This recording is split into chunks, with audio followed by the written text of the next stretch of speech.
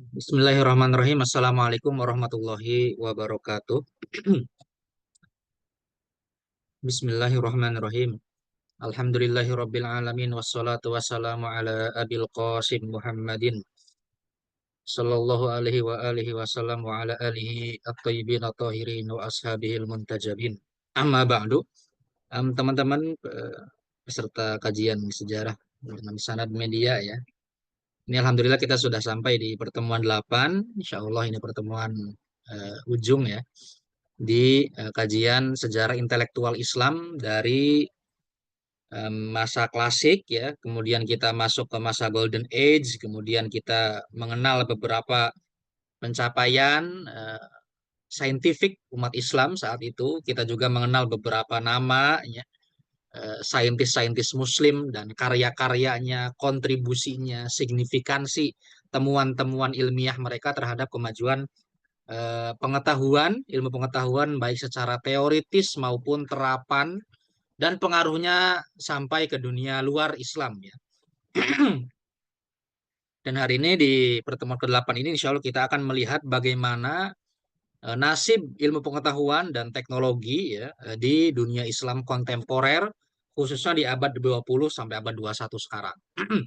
Kenapa kita perlu membahas ini di ujung pertemuan ya? Karena kalau kita hanya membahas Golden Age aja di masa klasik, saya rasa mungkin akan ada benang yang terputus ya. Jangan-jangan sekarang udah nggak ada lagi Golden Age-nya. Jangan-jangan sekarang orang-orang Islam tidak lagi suka pengetahuan. Jangan-jangan sekarang umat Islam jauh dari sains. Jangan-jangan sekarang umat Islam tertinggal dari negara-negara maju lainnya. Sehingga perlu perlu saya merasa perlu untuk membahas bagaimana ilmu pengetahuan dan teknologi di dunia Islam kontemporer nasibnya sekarang seperti apa. Kita akan mulai dari sebelum Perang Dunia I itu kan dunia Islam dikuasai oleh imperium super besar ya, namanya Imperium Turki Utsmani yang menguasai seluruh dunia Islam. Pasca Perang Dunia Pertama, ketika Turki Utsmani kalah, dari situlah mulai terpecah umat Islam menjadi beberapa negara bagian. Puncaknya di Perang Dunia Kedua, kemudian konflik di banyak negara Timur Tengah, menciptakan banyak segregasi, berdirinya negara Israel tahun 48, itunya didirikan oleh Barat, diakui oleh dunia internasional. Palestina mulai mengalami penindasan dan segala macam, kemudian dunia Islam juga gonjang-ganjing di mana-mana. eh, Sains dan teknologi di dunia Islam hampir mati suri gitu ya sejak Perang Dunia Pertama itu. Secara praktis pelan-pelan memang sejak Baghdad jatuh ya. Dunia sains itu secara secara apa namanya praktis itu dioper ke wilayah Persia. Jadi semenjak Baghdad itu apa namanya jatuh ke tangan Mongol abad 13 ya. Kemudian para saintis-saintis banyak yang meninggal mati, kemudian terserak kemana aja, tersebar. Beberapa saintis yang top the list itu ya dari Persia. Contohnya Nasiruddin At-Tusi itu salah satu generasi golden emas terakhir dari ilmuwan Muslim ya. Tentu saja di dunia di Kairo, di Al-Andalus juga. Al-Andalus abad ke 13 sudah mulai ini ya, udah mulai ya, ya meskipun ya, tetap aja umat Islam dimanapun berada, baik sebelum jatuhnya Baghdad atau setelahnya, umat Islam selalu tadi menghormati saintis, ilmu pengetahuan. Karena apa ya? Karena itu dipakai dalam kehidupan sehari-hari, membuat istana, membuat taman, membuat masjid, arsitektur. Kita tahu bahwa arsitektur Islam, ilmu geometri itu dipakai secara luas di Kesultanan Turki Utsmani. Juga nanti misalnya geometri dan ilmu matematika digunakan untuk membangun mesin-mesin mega super besar di Mamluk, Mamluk di Mesir. Jadi secara praktis sains, teknologi, ilmu pengetahuan tidak mati sama sekali gitu. Itu digunakan gitu.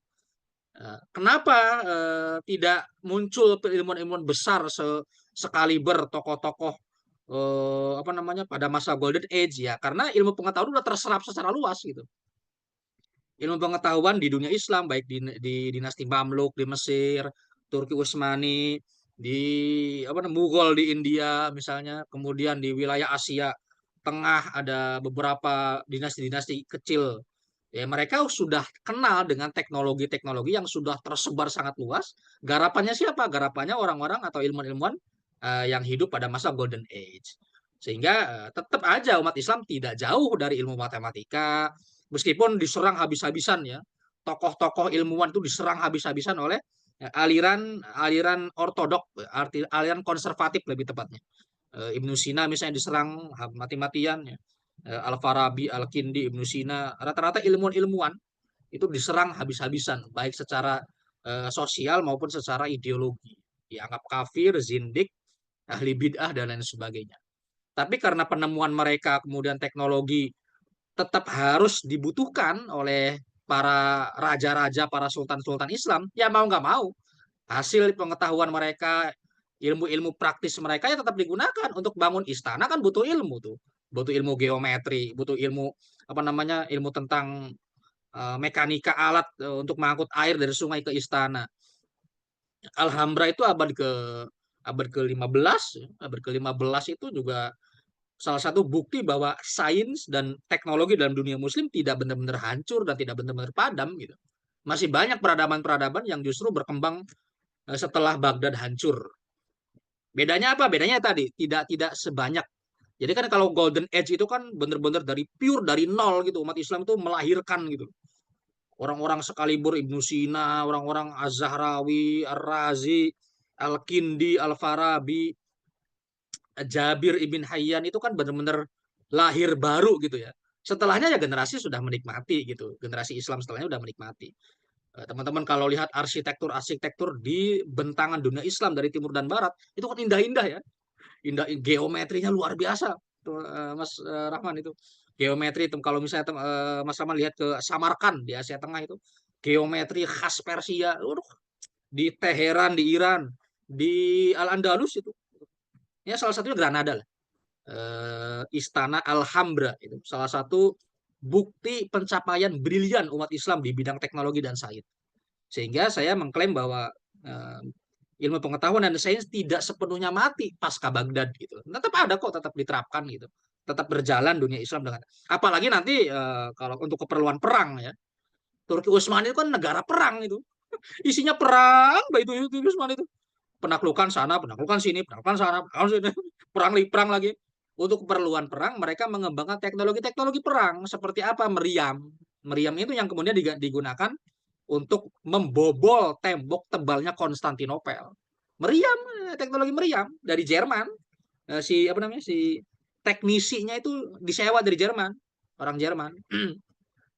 Akhirnya umat Islam bisa bikin mesiu, bisa bikin meriam, bisa bikin meriam-meriam yang gede-gede itu ada di Museum Topkapi itu. Ya, tapi dunia pertama kalah, kalah. Meskipun ya kalah kan, kalah sama koalisi. Turki Utsmani kalah, wilayah-wilayah kekuasaan Turki Utsmani terpecah, dijadikan kue, makanan sama masing-masing kolonial. Di wilayah ini dikuasain Itali, dikuasain apa namanya Inggris, Prancis, waduh jadi bancakan aja udah. Eh, tahun apa namanya 1917-an apa 19 berapa gitu ya. Terkenal kan perjanjian pembedahan, pembelahan tanah Timur Tengah oleh siapa namanya pejabat Inggris dan Prancis, Sykes-Picot ya, Sykes dan si Picot itu kan dua-duanya sepakat untuk membelah wilayah bulan sabit subur yang sekarang Syam itu menjadi beberapa negara itu. Irak buat ente aja, Prancis, nanti Suriah buat ente Inggris misalnya gitu. Nah, itu udah sejak saat itu umat Islam sibuk sibuk bagaimana melawan kolonialisme, bagaimana melawan entitas asing di negara-negara Islam itu. Terjadilah gelombang apa namanya perjuangan kemerdekaan, independensi di hampir seluruh wilayah-wilayah Timur Tengah, termasuk Indonesia. Nah, sains dan teknologi dan apa namanya geliat yang mulai muncul lagi itu nanti ketika pada awal abad 20 di semester kedua ya, tahun 70-an. Nah, itu umat Islam apa namanya dibanggakan ya kalau ya enggak semua orang Islam bangga sebenarnya karena orangnya ini ahli bid'ah. Umat Islam apa namanya sebagian orang Islam dibuat bangga oleh keberhasilan seorang ilmuwan dari Pakistan, ya, namanya Abdus Salam. Abdus Salam pada tahun 79 itu diganjar hadiah Nobel, ya, penghargaan Nobel di bidang tadi fisika kuantum. Dia bersama beberapa koleganya, bersama 3 orang itu, beberapa 2 orang lainnya itu dari Amerika apa dari mana ya? Itu apa namanya berhasil menemukan teori, salah satu teori grand teori yang menyatukan seluruh teori fisika, tapi seluruh teori alam semesta, namanya electroweak teori, elektrolemah, teori elektrolemah, di mana dua di antara apa namanya kekuatan utama pembentuk alam semesta yang 4 itu ya, duanya itu awalnya satu gitu, elektromagnetism dan weak force. Nah, itu yang ditemukan sih siapa? Abdus Salam. Nanti kita lihat ya. Kemudian setelah Abdus Salam ada Ahmad Zuhail, kemudian setelah Ahmad Zuhail ada rata-rata domisilinya di luar, memang belajarnya memang di luar memang gitu. Jadi jadi bukan kampus Islamnya yang melahirkan mereka, tapi didikan Barat yang apa-apa ya. Tapi yang penting mereka kan Muslim dan mewakili masyarakat Islam gitu ya, bahwa ada kok dalam dunia Islam yang masih bertahan mencintai ilmu pengetahuan dan memberikan sumbangsi yang real dalam perkembangan ilmu pengetahuan gitu. Setelah Ahmad Zuhail ada dari Mesir ya, kalau Ahmad Zuhail ada Aziz Sancar dari Turki itu yang dapat Nobel juga. Kemudian yang menerima Nobel terakhir itu orang Tunisia yang hidupnya juga sama, hidupnya di barat gitu. Si siapa? Mowang Bawendi ya. Mowang Bawendi itu dari yang menerima Nobel terakhir tahun 2025 dia. 2022 apa 2023 gitu ya. Mowang Bawendi itu. Kalau sekarang belum kelihatan lagi. Jadi ada 4 saintis Muslim yang dapat Nobel. Ada 4 saintis yang apa namanya terafiliasi ke dalam agama Islam, dapat Nobel dalam. Jadi bukan hanya 2 seperti yang kita singgung dulu ya, yang hanya berhenti pada Ahmad Zuhail. Ternyata saya apa namanya beberapa beberapa ilmuwan kenapa tidak banyak dikenal, karena sisi Muslimnya mungkin nggak terlihat gitu ya. Lebih ke orang Barat ya, apa namanya gayanya Barat, kemudian hidupnya lama di Barat, apa namanya tradisinya juga tradisi Barat gitu, sehingga mungkin yang kedua ini belum banyak dikenal gitu, yaitu si Aji Sancar sama Mowang Bawendi itu ya. Ilmuwan-ilmuwan lain yang muda-muda dari berbagai negara Muslim sebenarnya banyak ya yang berkiprah dan berkontribusi dalam pengembangan ilmu pengetahuan, tapi seperti biasa ya, apa namanya the show spotlight gitu ya, 4 orang inilah yang menerima penghargaan Nobel itu. Nah, jadi ya di abad 20 dan di abad 21 ya masih alhamdulillah gitu ya.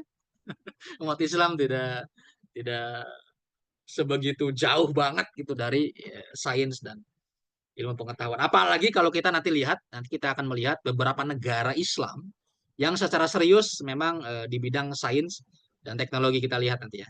Negara apa itu?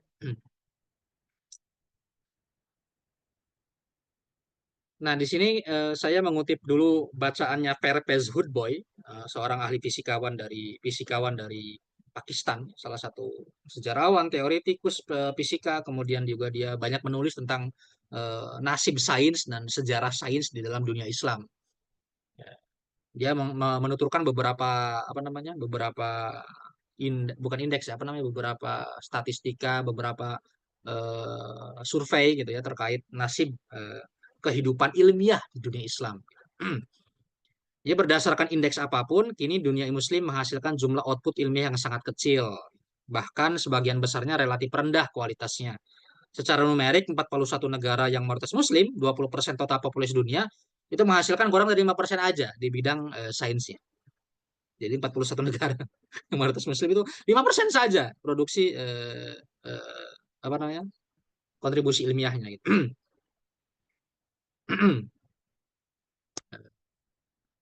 Masuk masa frustasi itu pada abad ke-20 awal ya. Dulu tuh apa namanya kolaborasi, kemudian apa namanya penemuan ilmiah, rasa penasaran yang luar biasa, kebebasan berpendapat dan berpikir gitu. Itu ya setelah dunia Islam digonjang-ganjing oleh kolonialisme, oleh eh, penjajahan juga semua cuman berpengaruh juga gitu ya terhadap terhadap iklim dunia Islam gitu.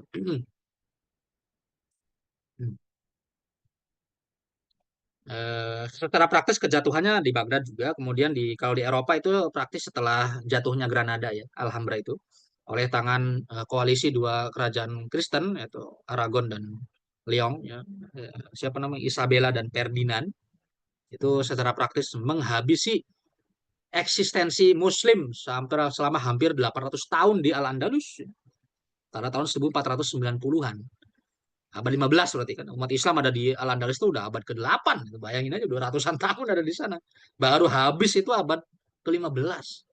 Baru habis bis-bis diusir oleh orang-orang Kristen pada abad ke-7 awal, abad ke-17 ya. Tahun 1609. Ada dua pilihan, kalau orang Arab ente pengen tinggal di sini, masuk Kristen ente. Akhirnya ada orang-orang nggak mau masuk Islam, ya udah harus pergi dari Spanyol. Akhirnya mereka ditampung di wilayah-wilayah Turki Utsmani, dijemput sama kapal. Ya itulah kisah berakhirnya entitas Muslim di Al-Andalus. Sampai sekarang kan minoritas banget, hanya tersisa bangunan-bangunannya aja, masjid, perpustakaan, istana-istana Arab itu, sisanya hilang, nggak ada. Kebudayaan mungkin ya, di beberapa aspek kebudayaan, tarian, makanan, nama-nama misalnya. Nah, kemudian kita akan melihat Barat, bagaimana Barat maju di dunia sains ya. Kita tahu bahwa abad pencerahan, kemudian revolusi Prancis membawa orang-orang menggunakan akalnya secara bebas, mengkritik dogma-dogma agama secara bebas ya. Kemudian terdapat apa namanya perluasan wilayah, mengenal dunia lain, itu membuat Barat akhirnya apa namanya menjadi salah satu apa namanya negara-negara yang pionir ya dalam aspek kemodernan gitu.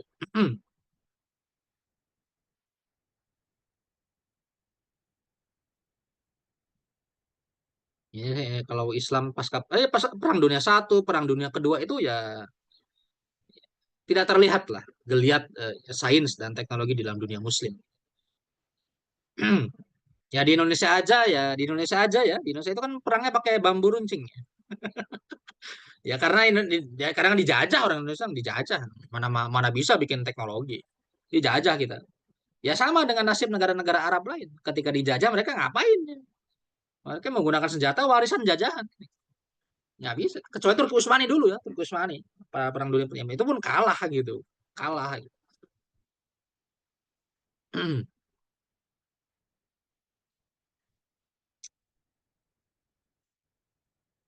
Perepes Hotboy menyebut pada tahun 2007 ya katanya negara muslim hanya memiliki 9 saintis, insinyur dan teknisi setiap 1.000 orang. Jadi per 1.000 orang itu hanya mungkin 9, 11 aja ilmuannya gitu. Tahun 2007 gitu. Dari setiap 1.000 orang. Sisanya ya bukan. Sisanya ya mungkin nggak ada yang tertarik ke dunia sains gitu.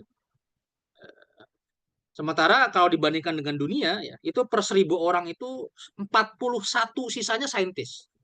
Kalau dunia Islam hanya 9 aja. Berarti kan kurang 30-an ya, 30-an lebih. Dari sebanyak 1.800 universitas, hanya 300-an saja yang memiliki sarjana yang jurnalnya dipublikasikan secara internasional ya. Kebanyakan publikasi berasal dari Turki, Iran, Malaysia, ya, dan Mesir. Dan Pakistan. Negara lain hanya memiliki satu publikasi aja yang berdampak. UI itu sekarang menjadi eh, top 100 ranking kampus di Asia. UI, Universitas Indonesia, ada UI di sana, ada UGM, ada siapa namanya? Bandung itu, teknologi itu. ITB. ITB, ada ITB. Indonesia sekarang mulai naik gitu ya. Ya di Asia lumayan lah di Asia. Iran aja kalah sama UI Iran. Iran itu Shahid University of Technology itu di urutan 90 ke 80 gitu. Iran. UI masih cukup bagus publikasinya. Banyak profesor-profesor, banyak apa namanya saintis-saintis yang publikasinya mulai mendunia di UI ya. Ya, alhamdulillah gitu UI gitu. Meskipun ya tidak mewakili sebagai negara muslimnya, Tapi sebagai negara Indonesianya. Kalau Iran itu kan udah identik banget gitu. Kalau dari Iran ya negara Muslim udah. Kalau Iran kan negaranya Jumhuriyah Iran Islamiyah, Jumhuriyah Islamiyah Iran, gitu. Negara Republik Islam Iran. Kalau Indonesia Indonesia gitu ya. Jadi kalau kalau ingin dibandingkan ya wajar kalau Indonesia lebih tinggi dibandingkan negara Muslim lain karena Indonesia ya tadi untungnya menganut sistem negara demokrasi republik dan tidak menganut sistem otokrasi seperti Iran, negara teokrasi, teokrasi seperti Iran, negara agama gitu. Arab Saudi misalnya. Arab Saudi kayak gitu pun udah lumayan di Asia lumayan ya. Mungkin urutan berapa ratus Arab Saudi. Nah, kayak yang peringkat yang pertama tentu saja China, Tiongkok ya. Peking University. Wah, udah selesai udah di Asia itu. Nggak ada yang ngalahin ke Peking. Peking University itu. Urutan top 3 kalau misalnya Mas Rahman ingin tahu top 3 kampus terbaik se-Asia. Pertama itu di siapa nih? Di Tiongkok, di Cina, Peking University. Yang kedua University Hong Kong. Hong Kong University. Universitas Hong Kong di Hong Kong. Yang ketiga tetangga kita, masya Allah ini, makanya maju negaranya. NUS, National University of Singapore, NUS, NUS ya. National University of Singapore. Sisanya ya ada dari Malaysia, Korea Selatan. Jadi rata-rata di Asia itu Tiongkok, Hong Kong, Korea Selatan, Singapura, Malaysia. Udah itu 5 aja udah. Indonesia lumayan lah. UI sekarang 46 lumayan lumayan 46. Ya, lumayan. Meskipun kalah dari Malaysia, dari Singapura. Singapura itu ya Allah, kok bisa itu salah satu kampus terbaik Mas Rahman. NUS itu National University of Singapore. Top 3 Asia. Bayangin di dunia aja mulai top mungkin top 10 mungkin berapa itu. Iran itu di Asia tingkatnya di top 100 lah. Iran ada beberapa kampus di Iran yang top 100. Di Kazakhstan ada itu eh, apa namanya? Farabi University di Kazakhstan juga sama top 100 kampus-kampus negara Muslim ya. Ya lumayan, good lah ya. Nah, saya lanjut dari Perepes Good Boy ini. Dari sekitar 1,6 miliar Muslim dunia, berarti kan dengan jumlah populasi terbanyak kedua setelah Kristen ya. Hanya ada 2 saintis Muslim yang memenangkan Nobel. Dan ini direvisi ya, ternyata ada 4 gitu. Tapi yang 2 ini, si Aziz Sancar sama Mawang Bawendi, apa namanya, keislamannya belum saya cek ya, maksudnya mungkin Muslim mereka Muslim ya. Namanya Aziz, ya. Aziz Sancar Muslim. Dia kan Muslim kan ada 4 sekarang tuh, ada 4 yang dapat Nobel di bidang sains. Pertama Abdus Salam dari Pakistan almarhum. Kemudian si Ahmad Zuhail dari Mesir almarhum juga 2016 kemarin. Kemudian Aziz Sancar dari Turki, dia kerjanya di Amerika tetap gitu. Masih ada sekarang. Kemudian terakhir Mawang Bawendi MIT, Massachusetts Institute of Technology dari Amerika itu juga dapat Nobel juga. Quantum dot titik-titik kuantum temuannya itu saya juga nggak paham titik-titik kuantum. Kalau si apa Abdul Salam kan di bidang fisika kuantum, kemudian Ahmad Zuhail di bidang apa namanya eh chemistry ya, di bidang biochemistry ya, di bidang apa itu? Eh, Kemudian si Aji Sansar itu di apa namanya di bidang ini apa namanya teknologi untuk untuk memperbaiki DNA nantinya. DNA diperbaiki sama Aji Sancar itu. Nanti teknologi setelahnya itu bisa digunakan untuk tadi membunuh sel-sel kanker ya, namanya kanker di DNA di sel. Kalau si Mawang Bawendi di fisika kuantum juga di quantum dots. Indonesia di bidang apa Indonesia ya? Di bidang apa Mas Rahman Indonesia? Ya ada lah pasti ada ilmuwan-ilmuwan yang berpengaruh di dunia itu banyak kok. Ya, salah satunya B.J. Habibie almarhum di bidang dirgantara, kedirgantaraan, teknologi pesawat terbang. Yang lainnya saya nggak ngikutin ya. Mas dan Rahman tahu nggak? dan antara start Yang lainnya tuh di bidang fisika kuantum kayak di bidang kimia gitu. Dan antara yang baru set. Yang baru Dan antara apa tuh? bikinan Prabowo. Oh iya, iya, iya, ya, ya, ya mudah-mudahan jadi produsen mobil ya, lumayan gitu. Menyaingi Malaysia kan. Malaysia punya SMK, Proton, SMK, Indonesia punya ini, punya SMK. iya SMK. Ya mau alam mana mobil? Namanya juga usaha. Ya. Ide dulu itu kan, dari ide muncul nanti. Kalau Malaysia kan jelas produksi mobil gitu, Proton dijual ke negaranya sendiri, diekspor kemana-mana. Ya, SMK lumayan. Nanti ada mobil listrik SMK yang akan apa namanya mengalahkan dominasi mobil-mobil Wuling. Nah, itu bisa jadi kan? Siapa tahu gitu. Ya, apa lagi ini? Populasi Arab ya, populasi Arab. Populasi bangsa Arab mencapai 5% dari total populasi dunia ya. 5% dari total dunia. Tetapi hanya menerbitkan 1% saja buku. Berdasarkan laporan Arab Human Development Reports tahun 2003 ya, di antara tahun 1980 sampai 2000 itu Korea menetapkan 16.000 paten. Sementara 9 negara Arab, 9 digabungin tuh. Korea saja satu negara itu 16.000 paten. Sementara orang Arab, negara Arab 9 negara digabungin hanya 370 paten. Ya kan sekarang itu salah satu negara yang mendaftarkan paten cukup besar perkembangannya itu Iran. Iran, Turki ya, Turki juga. Itu paten-paten sains dan teknologi banyak dipatenkan oleh negara-negara itu. Amerika menerbitkan 10.000 paper scientific selama 1 tahun, sedangkan seluruh Arab hanya menerbitkan 4 artikel aja. Ini kan suram.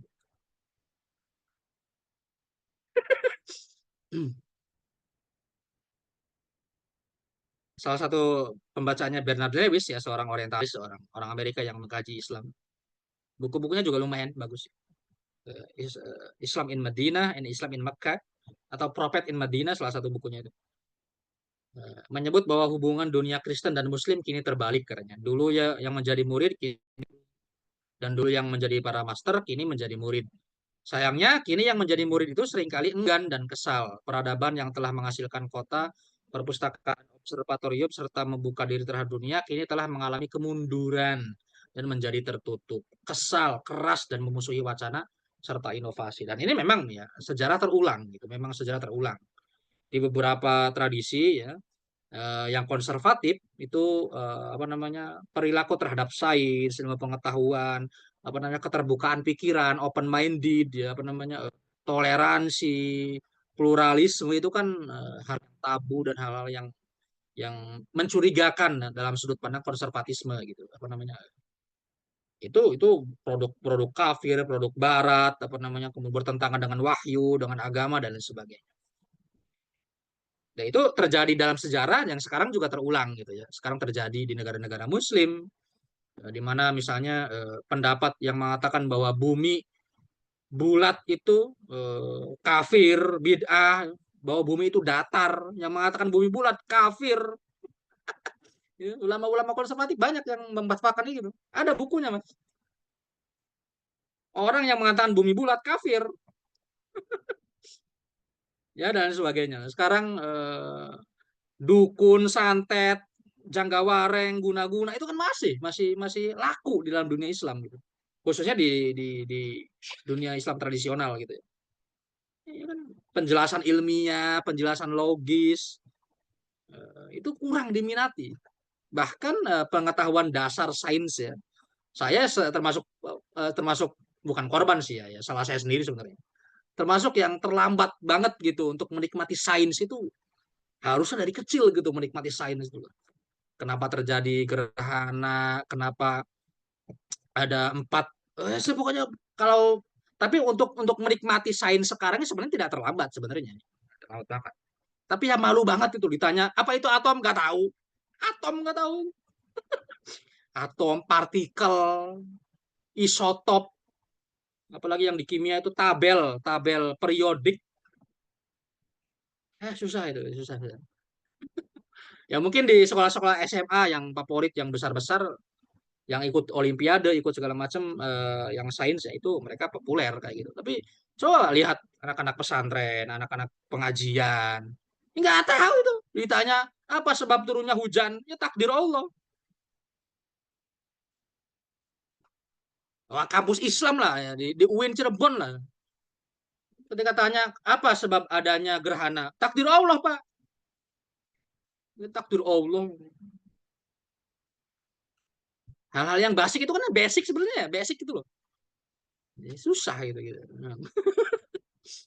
Aduh. Hmm. Ini pertanyaan Jamaluddin Al-Afghani, salah satu pemikir progresif abad 20 awal ya, abad 19, yang melahirkan banyak pemikir-pemikir yang rasional, yang progresif, yang kritis, open minded. Siapa murid-murid Al-Afghani yang terbesar, misalnya contohnya Muhammad Muhammad Abduh Abdul. yang menjadi Syekhul Azhar di Mesir ya. Pengarang banyak buku ya. Dia apa namanya dianggap sebagai penerus sekte Mu'tazilah abad 20. Abduh.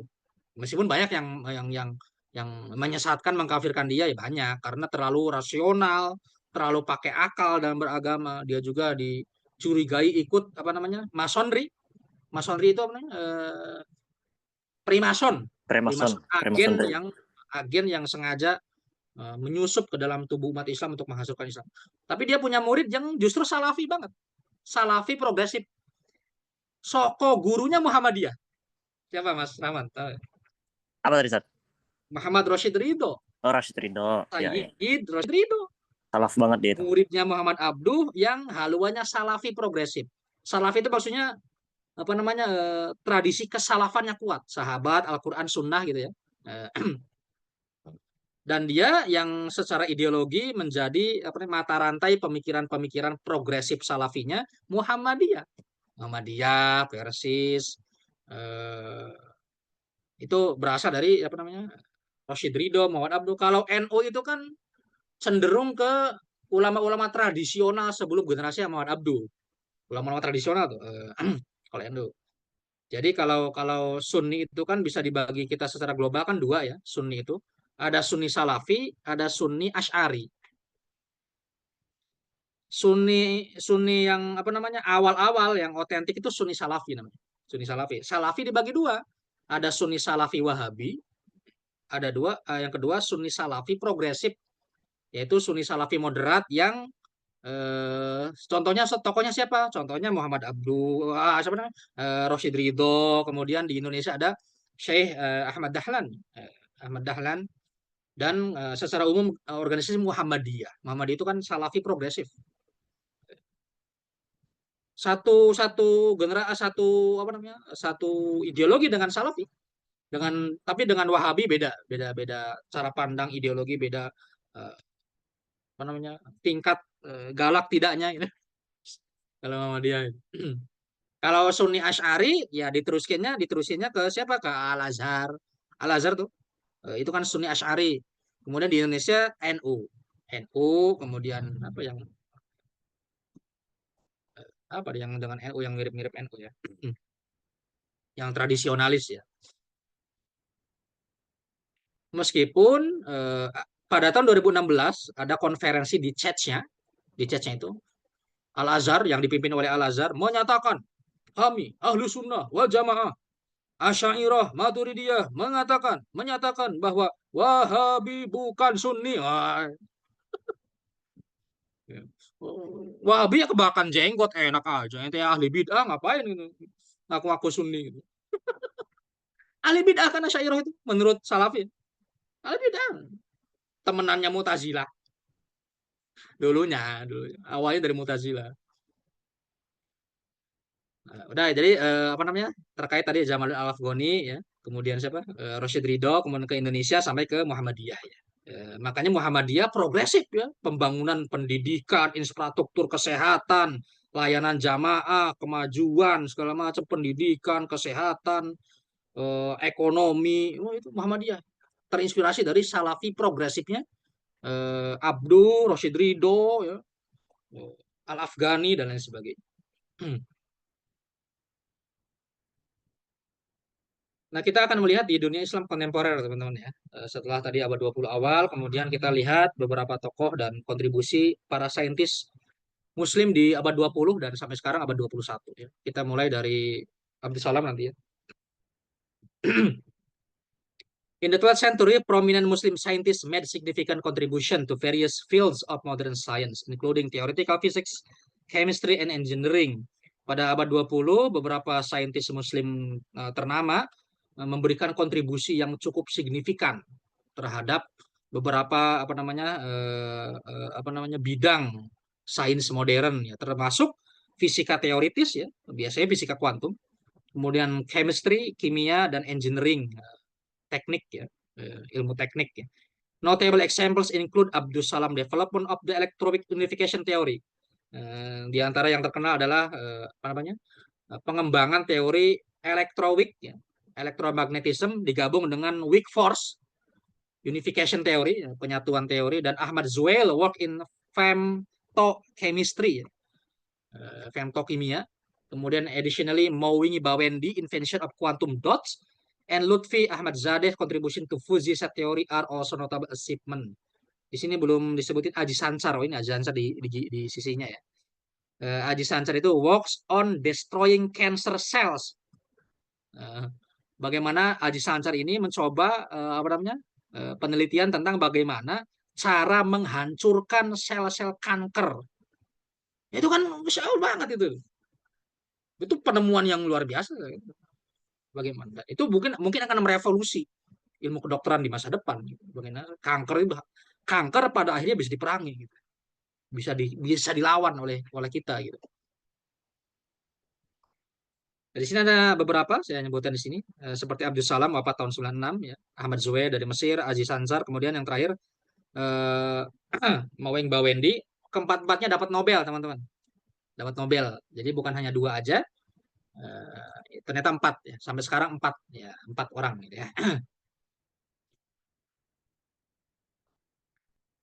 Kita lihat dari Abdus Salam dulu ya. Abdus Salam itu dia lahir pada lama nih ya. Dia lahir di British India ya.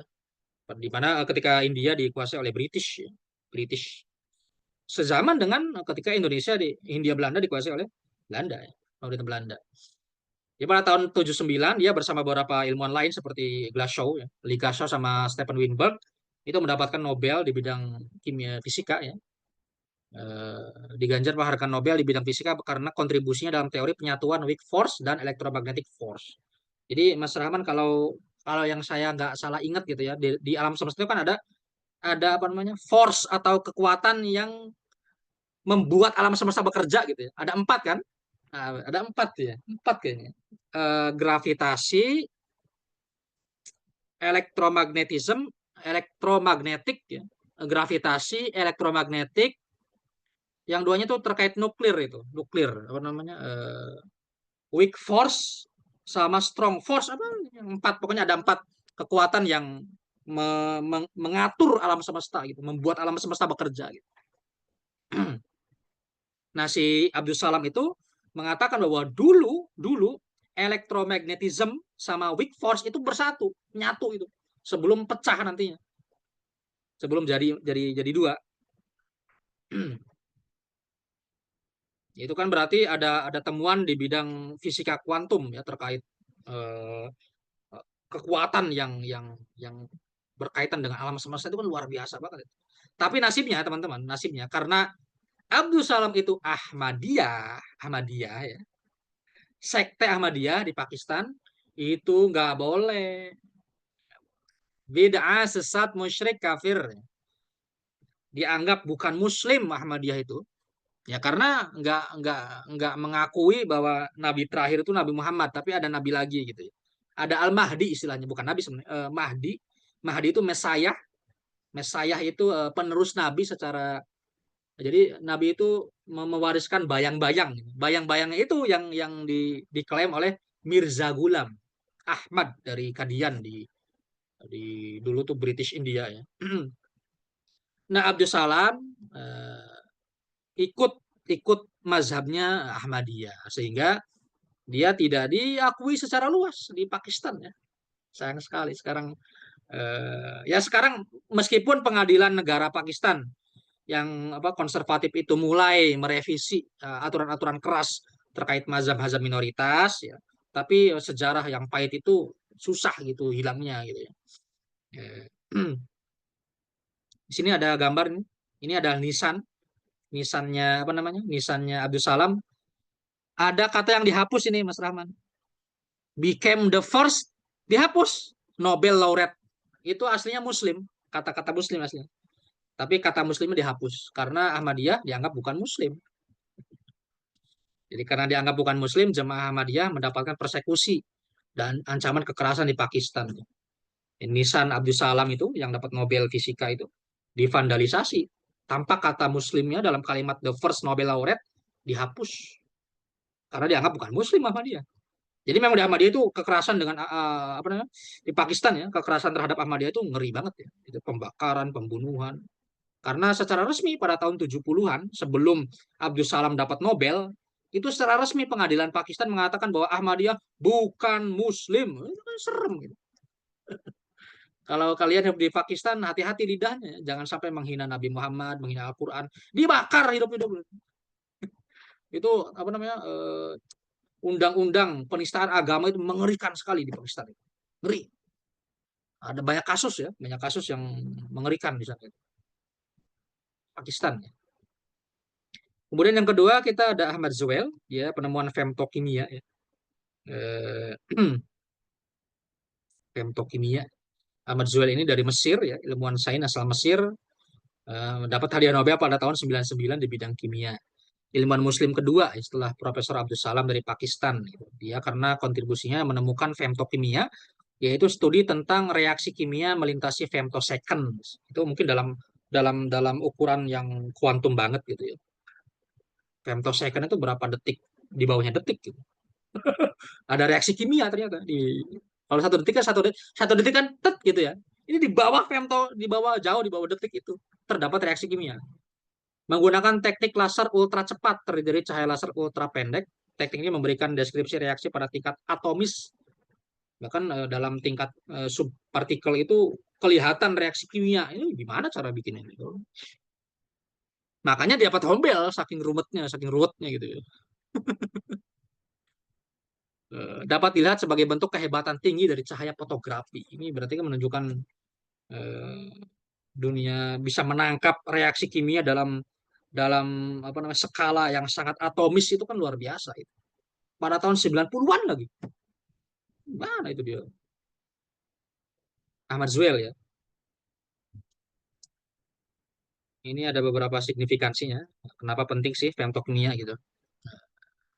Saya secara teoritis maupun secara praktis tidak bisa menjelaskan Mas Rahman, mohon maaf ya. Hanya luarnya aja gitu. Oke, kemudian yang ketiga yang dapat Nobel juga itu Aziz Sancar. Ya. Aziz Sancar, Turki, asalnya Turki tapi berkarir di Barat ya. Seorang ahli biokimia Turki Amerika yang berkontribusi pada penemuan mekanistik yang mendasari proses seluler yang dikenal sebagai perbaikan eksisi nukleotida, di mana sel mengoneksi kesalahan dalam DNA yang muncul akibat paparan sinar ultraviolet atau bahan kimia pemicu mutasi tertentu.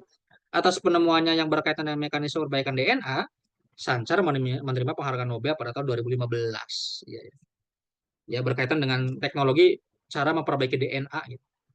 Mungkin berarti ini kan berarti kalau dikembangkan lagi bisa itu bisa bagaimana sel cancer ya, sel kanker itu bisa dijinakan, bisa bahkan bisa dimatikan gitu. Tidak perlu lagi kemoterapi, tidak perlu lagi itu Aji Sansar itu. Eh,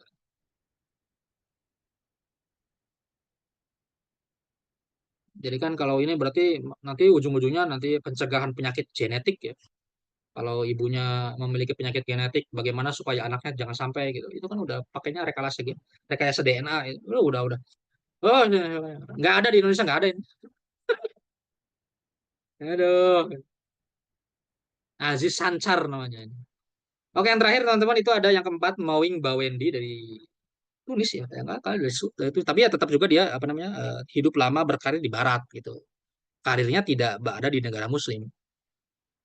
Mowing Bawendi gitu ya. Dia namanya eh, tentang titik kuantum ya. Saya juga nggak begitu paham sih titik kuantum itu apa. Ada nggak signifikansinya di sini? Sifat dasar titik kuantum. Berarti berdasarkan teknologi kayaknya. Karya Bawendi telah memberikan dampak besar pada bidang nanoteknologi. Jadi nanoscience, nanoteknologi ya. Aplikasi baru menarik ini adalah anggota komunitas ilmiah yang sangat dihormati dan sangat memiliki dedikasi. Spektroskopi fluoresensi. Oh, itu alat-alat yang ditemukan untuk melakukan studi tentang titik kuantum. Ya, apa? Ya, kalau di Indonesia bid'ah ini nggak bisa, nggak cocok, susah, susah, susah, susah ini susah. Nah, teman kemudian setelah Moeng Bawendi, apakah tidak ada lagi ilmuwan-ilmuwan lain yang berkiprah? Banyak sebenarnya, banyak banget ya.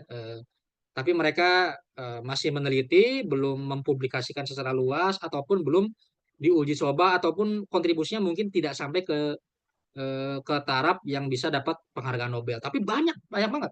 Dari perempuan, dari laki-laki, negara-negara Islam banyak ya, nggak kehabisan gitu. Eh, Seperti Mustafa El Sayed ya, pakar nanoscience dari Mesir, si Mustafa El Sayed. Makanya ada hukum Sayed. Itu salah satu temuan dia di bidang nanoscience. Kemudian di almarhum, salah satu ilmuwan pakar nuklir uranium terkenal di Iran, Mohsen Fakhrizadeh yang dibunuh Israel pada tahun 2000-an. 2020, 2000, Mohsen Fakhrizadeh.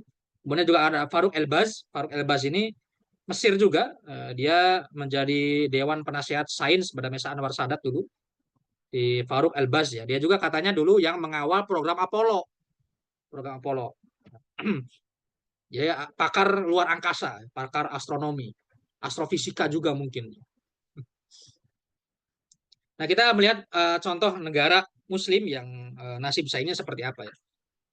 Ada beberapa contoh negara seperti Turki yang juga cukup maju ya. Turki, Arab Saudi di bidang perminyakan, di bidang teknologi juga. Kemudian Pakistan, Pakistan juga meskipun negaranya ya kayak gitu ya, tapi juga di bidang sainsnya juga cukup maju. India juga di Asia ya. Indonesia termasuk lumayan gitu ya. Tapi yang kita lihat adalah negara Muslim ya, negara Islam gitu ya. Labelnya negara Islam gitu loh. Yang apakah negara yang kalau Islam itu memperlakukan sains baik-baik atau justru memusuhi sains sebagaimana dulu terdapat peperangan antara orang-orang yang konservatif dengan orang-orang saintis ya. Kita lihat contohnya Iran. Iran kan secara negara itu namanya resminya Negara Republik Islam Iran. Ada negara Islamnya, negara-negara agama kan. Eh, Di sini banyak penelitian bahwa meskipun Iran menjadi negara agama, tapi perlakuan mereka terhadap sains luar biasa ya, Iran itu. Termasuk salah satu negara Muslim atau negara Islam yang secara serius mengembangkan ilmu pengetahuan dan sains. Bahkan kampus-kampusnya masuk ke dalam list top 100 di Asia gitu ya. Salah satunya Syahid University, Teheran University juga. Eh, Bidang teknologi yang maju di Iran itu kedokteran. Alat-alat kedokteran itu rata-rata diekspor kemana-mana ke seluruh negara di dunia. Ya. Kemarin yang ramai itu teknologi drone. Drone itu pesawat nirawak itu yang diekspor juga ke negara-negara Arab sekitar, keperluan militer, keperluan teknologi lainnya gitu.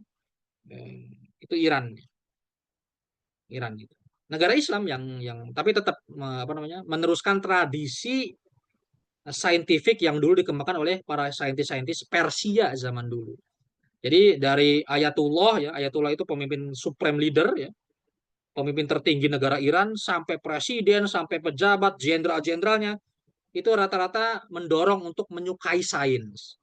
Meskipun negaranya secara ketat negara Muslim, Muslimnya Muslim Syiah gitu.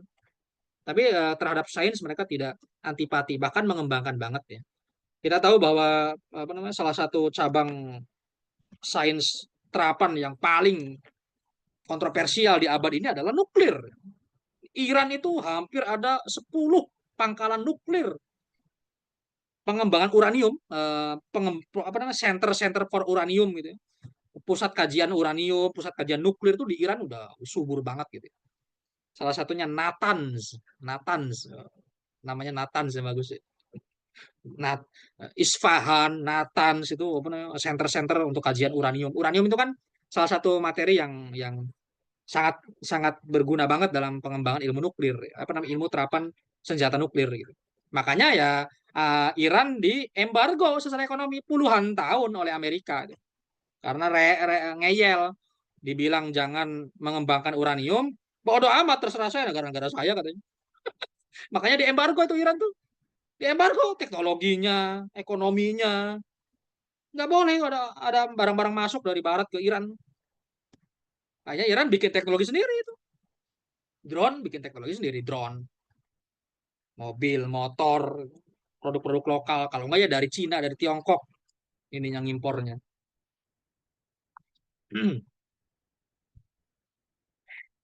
Tapi kebelakangan ya saintis-saintis Iran itu, khususnya saintis di bidang uranium, di bidang nuklir itu diburu oleh Israel. Eh, ada 5 saintis Muslim terkenal, saintis Iran yang semuanya dibunuh ya. Dimulai dari siapa namanya, Mas'ud Muhammadi, ya. Yang paling terkenal itu tadi apa namanya, Fakhrizadeh ya, Mohsen Fakhrizadeh, salah satu ilmuwan terbaik di bidang nuklir uranium di Iran, mati dibunuh oleh Israel. Karena mereka ya tadi sebagai sebisa mungkin teknologi terapan khususnya di bidang nuklir di Iran nggak boleh maju. Kalau maju ya akan menjadi ancaman di kawasan. Itu yang tidak diinginkan oleh Israel ya, tentu saja. Itu di Iran ya. Terkait apa namanya, kegiatan ilmiah, scientific paper juga Iran cukup berkembang ya. Beberapa tahun terakhir juga paper-paper mereka di bidang sains, paten-paten ilmiah mereka juga diakui dunia ya. Bahkan ada perbandingan bagaimana kondisi ilmiah Iran sebelum revolusi, pasca revolusi ada perbandingan juga. Apakah setelah Iran dipimpin oleh negara Islam, oleh seorang supreme leader, dipimpin oleh kiai istilahnya, oleh kiai, itu ternyata maju Iran, ternyata bisa berkembang, bahkan dengan kondisi embargo yang sangat keras, masih bisa nafas, masih bisa ngembangin teknologi, ngembangin ilmu kedokteran, nuklir, teknologi terapan dan lain sebagainya. Padahal dengan kondisi desakan dari mana-mana Iran. Di sini, nah di sini ada Sharif University of Technology di Iran itu menjadi salah satu top 100 kampus terbaik Asia ya. UI di atasnya UI, alhamdulillah gitu ya.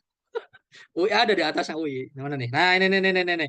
UI terbaik di Indonesia selama 5 tahun terakhir versi Asia Rankings ya. Nomor 1 di Indonesia, nomor 46 di Asia. Nah, lumayan lah. Kampusnya ribuan, Sat. Lumayan UI, UGM, ITB. Kalau UIN Cirebon di alam gaib lah.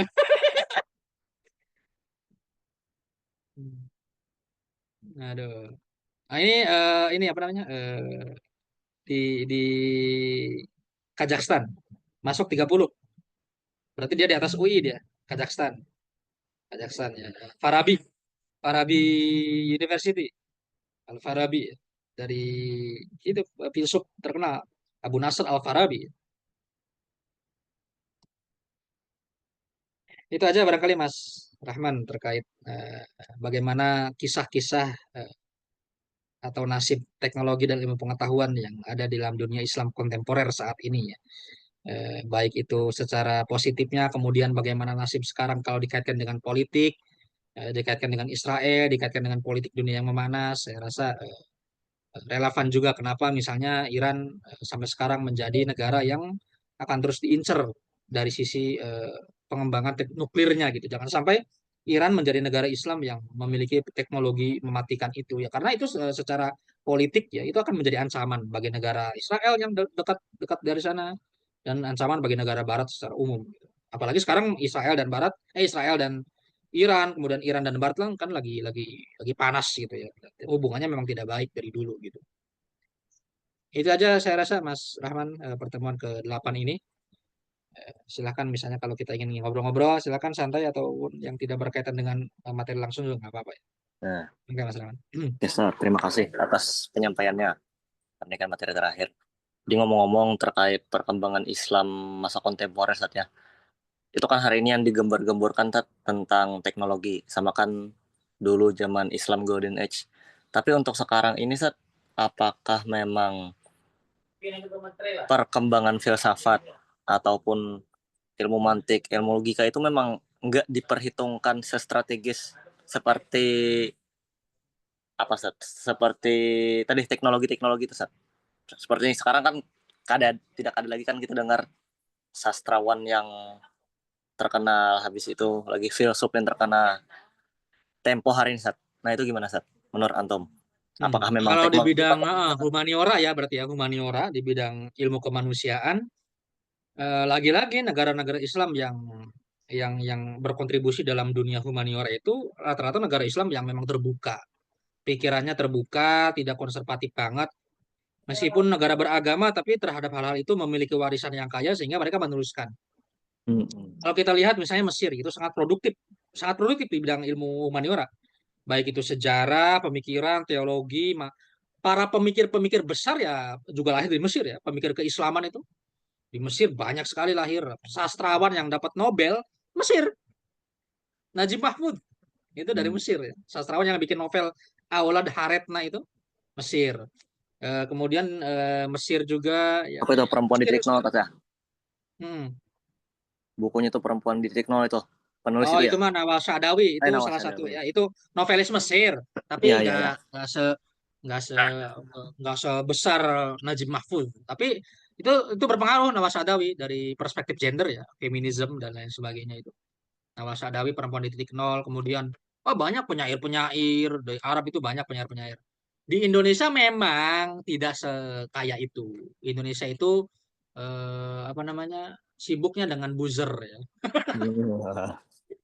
Ya, ya ada di Indonesia ada banyak banyak pemikir-pemikir seperti Gus Dur ya, pemikir humanisme terkenal Gus Dur yang menjadi presiden itu, Nurholis Nurholis Majid. Majid, Dur, para kiai-kiai yang humanisme juga banyak seperti Gus Mus ya, Gus Mus juga seorang penyair, pelukis, ahli agama yang apa namanya pemikiran-pemikiran humanismenya itu sangat tinggi gitu ya. Eh, dari Muhammadiyah juga ada banyak profesor ya, seperti Profesor siapa namanya? Yang sekarang itu yang almarhum ya eh, Syafi'i Ma'arif Buya ya Buya Ya, Syafi'i Ma'arif Syafi'i Ma'arif. dari Sumatera itu salah satu pemikir Muhammadiyah yang brilian dan aspek humanisme filsafatnya teologinya matematika logikanya itu juga besar. Nah kalau filsafat ilmu kalam teologi yang sampai sekarang berkembang itu salah satunya di Iran dan Mesir. Mesir dan Hmm. Iran itu kedua negara yang masih laku dalam memproduksi ilmu-ilmu filsafat, ilmu logika dan lain sebagainya. Mas Rahman tahu ya salah satu buku filsafat kontemporer terbaik adalah karangannya Murtado Mutahari, Falsafatuna, falsafat kita. Itu Murtado Mutahari kalau nggak salah ya. Ada juga pemikir Iran yang terkenal itu Hussein Toba-Tobai. Kalau Mesir banyak Mesir, banyak Mesir. Said Hussein Nasr dari Iran juga, Said Hussein Nasr. Hmm. Dari Asia itu ada Said Najib Al-Attas, Sayyid Najib Al-Attas yang meneliti tentang sufisme, mistisisme Islam kawasan Asia Tenggara juga Islam secara umum. Said Najib Al-Atas, Malaysia, Malaysia, orang Malaysia ya. Kalau di Indonesia ada beberapa pemikir yang cukup berkembang dalam bidang ilmu kalam, teologi, seperti Harun Nasution almarhum, rektor UIN Jakarta dulu. Harun Nasution, kemudian di Jogja ada Ahmad Amin. Saya juga ada, cuma ya mungkin belum diekspos aja gitu, belum belum terekspos Hmm. secara luas di kalangan kampus ya. Karena sekarang dialektika di kampus memang kurang gitu ya Mas Ramanya. Kurang mahasiswa memang kurang kurang berdialektika secara serius dan kaya di bidang ilmu pengetahuan humaniora ataupun sains secara umum gitu ya. Isinya ya mabar gitu. Ya. Tapi gini, Hmm. Sat. Saya ngelihat kan terlepas tentang kurangnya minat dialektika kampus kan, saya melihat hari ini kan ada tuh riset Hmm. mengatakan kan jumlah kampus di Indonesia ini kan nomor 2 paling besar di dunia. Di Oh, bawahnya iya. India. Mungkin Antum Hmm. pernah lihat itu postingannya. Iya, iya. Tapi kan secara kualitas UI tadi kan yang Antum katakan di Asia aja nomor nomor 46. UI kan Mm-mm. dikatakan paling hebat tuh di Indonesia. Tapi Iya. nomor 46. Apalagi kampus-kampus yang lain. Nah itu gimana Sat, menurut Antum? Ya, Ya, iya. pendidikan kan dijadikan Heeh. komersial. Iya sih, sekarang kan pendidikan itu juga termasuk UIN, sayang sekali ya. Pendidikan juga termasuk UIN itu sudah masuk konsep-konsep yang bermuara pada hilirisasi, bagaimana menciptakan mahasiswa-mahasiswa yang siap kerja.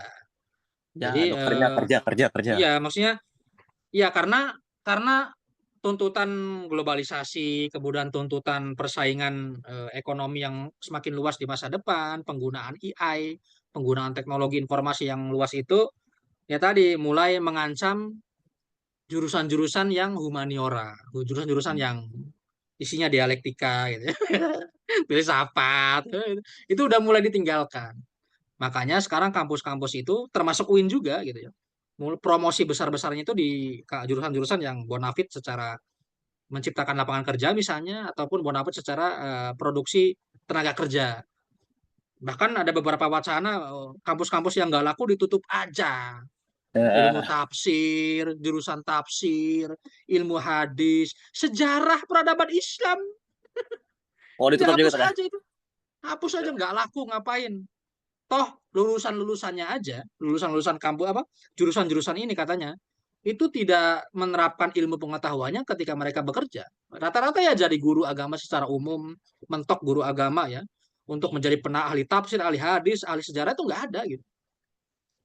Nah, itu Bahkan karena saking susahnya lapangan pekerjaan, ya yang penting kerja apa aja jadi admin ya, admin di banyak kantor gitu ya, menjadi admin.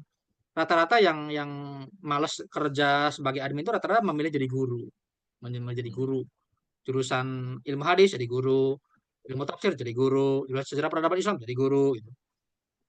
itu gimana di Ketika luar negeri Tad? Lulusan-lulusan yang itu Tad? Lulusan lulusan dalam sejarah negeri dengan ya di luar negeri apakah rewardnya atau lapangan pekerjaan lebih tinggi gitu atau sesuai aja sama banyak aja, juga sama aja, sulit juga. sama aja. Yang penting orang dalam. Ya iyalah, mau lulusan mana ada orang dalamnya enggak. Aduh, suram. Tapi ya Ya, bagaimanapun untungnya Mas Rahman di Indonesia untungnya ada pesantren, untungnya yang mempertahankan tradisi ilmu-ilmu agama dengan metode berjenjang dari awal sampai tengah sampai akhir sampai siapa lagi coba lembaga pendidikan yang mendidik untuk seorang Muslim Indonesia bisa baca kitab selain pesantren nggak ada betul. metode-metode metode-metode apa namanya yang modern-modern itu susah. Pesantren tradisional yang mempertahankan apa namanya dialektika keilmuan yang kuat, akar ilmu yang basicnya itu benar-benar mengakar gitu ya. Belajar ilmu fikih ya dari awal, ilmu alat dari Ya, awal, ilmu tarikh, tauhid, akidah dari itu pesantren. ya. Cuma pesantren yang Meskipun konsisten sana. meskipun sekarang beberapa pesantren sudah mulai ngikutin perkembangan zaman. Yang penting, itu mah nggak penting kayak gitu mah. Yang penting bagaimana cara cepat baca kitab, cara cepat bahasa Inggris, cara cepat akidah, ya gitu, gitu. Yang penting promosi anak pesantren bisa lulus di kampus-kampus negeri. Anak pesantren itu ada juga pesantren yang fokusnya lebih ke sekolah dibandingkan ke ngaji tradisionalnya. Ya untungnya kita beberapa pesantren besar kalau di Jawa ya Mas ya. Kalau di luar Jawa saya belum belum belum kurang paham gitu. Di Jawa itu ada beberapa pesantren besar tua bersejarah yang mempertahankan idealisme itu. Contohnya di Jawa Timur banyak ya, ada pesantren Lirboyo di Kediri, ada pesantren Tuban, ada Langitan, ada pesantrennya Hasyim Asy'ari juga, Jombang, Berang. Tebu Ireng. Meskipun ada aspek modernnya, tetap ada sekolah, dibangun sekolah untuk memenuhi kebutuhan orang tua zaman sekarang ya. Tapi ilmu agamanya juga masih kuat gitu loh. Ini kebayang aja kalau misalnya pada mereka-mereka yang lulus ya dari pesantren pengen lanjut ilmu agama di kampus-kampus UIN, ditutup ilmu hadisnya. Tutup ilmu hadis, nggak ada mahasiswanya. Ya di UIN Antasari baru aja ada ilmu hadis baru aja ada buka. Ah gitu. Tapi sayang sejarah nggak ada lagi. Oh, Sejarah ilmu belum hadis buka. ada ya? Ya, kayaknya Mantap. nggak buka kayaknya. Kemarin ada wacana mau buka sejarah peradaban Islam, tapi sampai sekarang nggak ada buka. Ah gitu. Ya jurusan-jurusan umum Sat. Iya, Lingkungan jurusan umum yang hidup di Cirebon itu kemarin baru buka jurusan baru namanya Teknik Informatika. Langsung 3 kelas. sama. Di sini namanya sistem apa? Sistem Oh, ada. informasi. Baru buka tahun kemarin sama 3 kelas juga langsung. Iya, Paling rame iya. dia. Paling ramai benar. Ya kalau jurusan-jurusan itu menciptakan tren sains yang kita pelajari ini ya justru nggak masalah kan, bagus kan. Tapi kan enggak kan, Enggak juga, Sat. hanya menciptakan pekerja aja, rata-rata Iya, pekerja. akhir-akhirnya jadi pekerja juga. Iya pekerja dulu, pekerja bukan peneliti, bukan saintis, bukan ilmuwan pencipta teori baru, nggak ada, nggak ada. Karena ya Ya, tadi memang outputnya kebijakan pekerja, Sat. kampusnya pun, kebijakan kampusnya pun jadi, ayo nanti kalau kamu masuk jurusan saya, jurusan kami, nanti kamu kerjanya mudah loh. Gitu. Bukan, ayo kalau kamu masuk jurusan kami nanti kamu akan dididik jadi saintis. Nggak ada itu, nggak laku kayak gitu. Nggak ada itu. Mungkin itu juga alasan saintis-saintis yang dapat Nobel tadi itu ya karirnya, kiprahnya, basicnya, kampus-kampus barat, Mas. Hmm. Yangnya tadi memberikan tawaran opportunity kesempatan yang luas, biaya sains, biaya penelitian yang tak terbatas. Ya, memang nggak Iya, difasilitasi kan, Sat. iya, gitu. Misalkan Kita kampus memang pertama memberikan fasilitas. nggak difasilitasi, yang kedua secara doktrin pun yang nggak ke sana arahnya gitu. Yang Betul. penting itu ente mau kerja, ente setelah lulus kuliah mau kerja, ya udah masuk jurusan saya, jangan masuk jurusan eh, abal-abal. Sama aja, Sat, di tarbiyah di dunia guru gitu juga. Nah, Ya, ujung-ujungnya kan bikin RPP, gitu ya. ARS, bikin-bikin gitu-gitu aja. Nah, Nggak gitu. ada, maksudnya tuh secara mental guru-guru yang benar, cerita-cerita dosen-dosen dulu tuh nggak masuk lagi sekarang. Oh, gitu. Ya, saya kan yang jurusan PAI ngerasanya gitu, Sat. Itu Agak-agak, isinya apa, Mas? Belajar apa sih, Mas? Tapi belajar jadi guru kan, memang ya memang guru kan jurusan tapi profesi kan? profesi. Iya, memang PAI ini disiapkan untuk jadi guru kan? PAI ini jurusan-jurusan agak-agak tanggung, Tat. Hmm? Maksudnya kan dia kan belajar ilmu keguruan, ditambah-tambah kan dia belajar filsafat Islam, psikologi. Tapi kan di tengah-tengah banget gitu, Sat. Jadi serba umum. Ya saya Oh, pikir, ada itu. iya, filsafat, Ada filsafat filsafat, segala. filsafat juga diajar, Sat. Oh, Bimbingan alah. konseling. Yang baru Iya, ini iya, kan iya. habis itu ada matkulnya apa namanya? ABK. Iya, iya, iya. Jadi ya memang menyesuaikan kurikulum juga sih. Iya, iya, benar. Ya, ya makanya untungnya ada dunia online kayak gini, Mas ya. Jadi bisa tukar pikiran secara luas, secara kita nggak harus ketemu gitu kan. Betul, Sat. Betul ini. Tapi ini dari mana sih, Sat? Inisiatif bikin kelas gini, Sat? Ini dari Sanad namanya. Sanad. Kalau saya pribadi memang juga suka ngadain kajian. Saya pribadi ya. Nanti saya share deh ke Rahman nanti link-linknya. Oh, kirim nanti, Sat. Saya kajiannya kajian sejarah biasa, kajian sejarah Islam klasik ya. Itu bersama Jadi teman-teman mahasiswa. ada kelas lain kelas sanat atau apa? Atau antum pribadi, Sat, Bukan itu yang mah bikin itu? yang saya adain kajian mah kajian bebas free aja, free umum gitu. Oh, oh. Free, nggak daftar kayak kampusan. Ini kan kampus Sanad kan salah satu apa namanya media online yang dikembangkan oleh teman-teman yang memang tadi punya kegelisahan untuk bagaimana menyampaikan ilmu pengetahuan di tengah dunia online ini gitu. Makanya membuka kelas gitu. Mas Rahman kalau misalnya apa namanya berminat untuk tadi misalnya apa namanya mendalami ilmu nahwu misalnya dalam beberapa pertemuan, ini ada kampus Sanad nyediain kelasnya. Kemarin ikut ilmu kalam, Sat. Oh, ikut. Daftar, tapi pengajarnya mau nargetin orangnya 10 bilang bilang nggak salah minimalnya. Oh, gitu. Tapi nggak sampai Hmm. 10. Jadi dia dia bilang mau balikin uang atau apa kirim link video YouTube. Ya saya Mm-mm. kan kirim kirim link video YouTube aja kata saya. Jadi nggak jadi kelasnya. Ada video Oh, aja nggak ikut langsung. dikirimin dia. Ya, Ah. dikirimin video aja. Nggak Hmm. nggak jadi kelasnya itu. Oh, gitu. Hmm. Ya nggak tahu nanti mungkin saya nggak tahu ini juga mungkin saya juga terakhir ini ikut ikut sebagai tutor di kelas sejarah kayaknya. Oh, terakhir juga, Sat. Mm-mm. Terakhir kayaknya. Ya kan. Padat juga, Sat, jadwal di kampus belum lagi yang Makanya takutnya nggak maksimal tuh.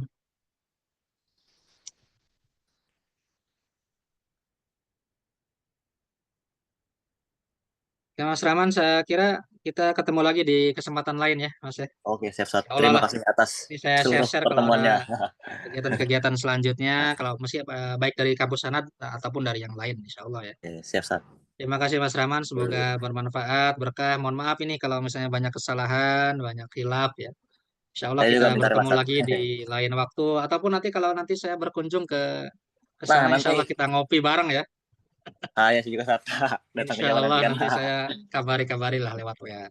Terima kasih Mas Rahman. Ya, saya Sehat-sehat, juga. sukses semuanya, berkah. Saya akhiri. Walau muwaffiq ila aqwamit thoriq. Wassalamualaikum warahmatullahi wabarakatuh. Waalaikumsalam warahmatullahi wabarakatuh. Syukran, Ustaz. Enggak, Terima kasih. Mas Rahman. Enggak.